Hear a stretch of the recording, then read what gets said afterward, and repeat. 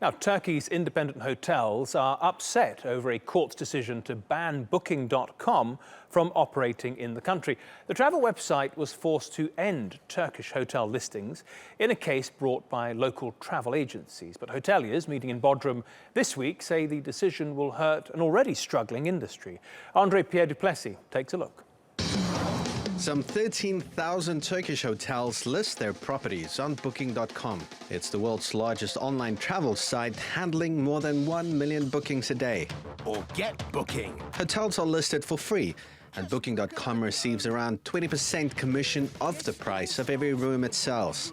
But part of the agreement states that hotels are not allowed to offer cheaper prices elsewhere, such as through local travel agencies.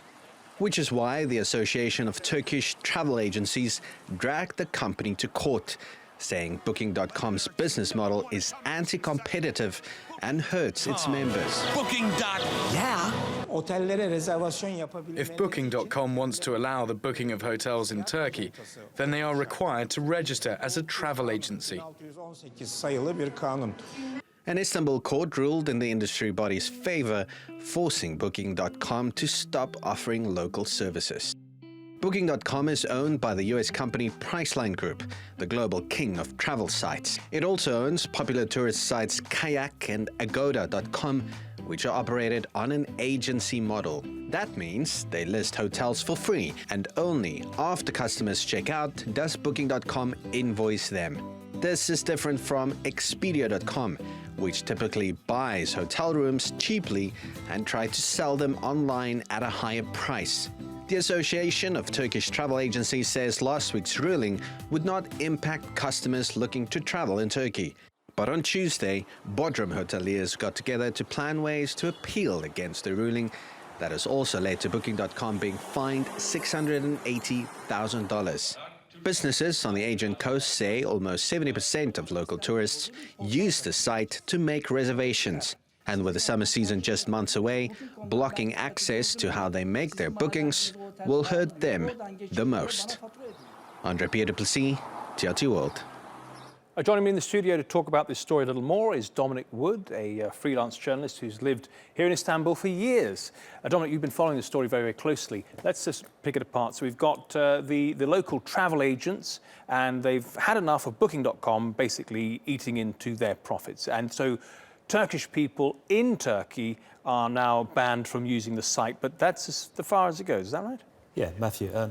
What's happened is that the Turkish travel agents have all up in arms because the basic factor is that they're losing a lot of custom to Booking.com, and they're desperately trying to recover some of that custom, and they want to ensure that Turkish people are not booking with Booking.com, but they're booking with the travel agencies around Turkey. I'm surprised they've got the clout to make this case and to win it. After all, I mean, Turkish people have a right to use the internet in the way they want. They can book if they choose. How do they win this case? Yeah, well, I think that the Association of Travel Agents in Turkey report to the Travel Ministry and the government, and they may have some links there that allow them to push the case forward in the courts. But I expect that they're doing this as a forerunner to other companies such as Trivago and TripAdvisor. Right. So they'll be looking to take those on next, I believe.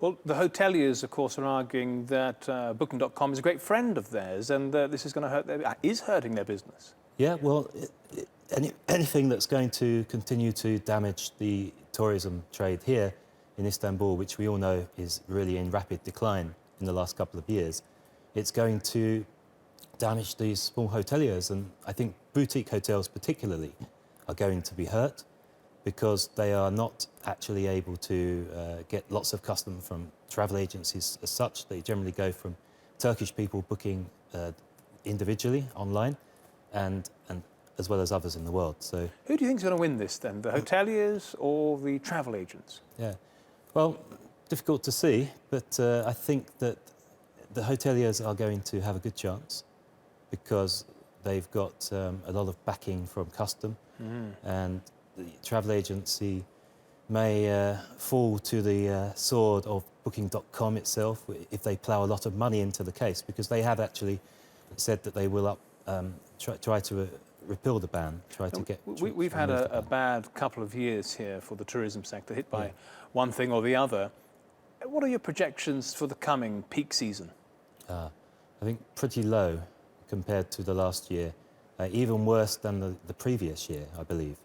So I think that this is going to be a potentially damaging factor, but I believe in the short term it won't have much of a role to play because a lot of Turkish people are very inclined to use VPNs to get through this situation. They're used to websites being blocked temporarily, so they become accustomed to this situation and they're likely to use VPNs. But in the long term, I believe that these VPNs may be closed off by the government. But until then, a cunning way of getting around the ban. Yeah. OK, Dominic Wood, thank you so much for that. OK, thank you.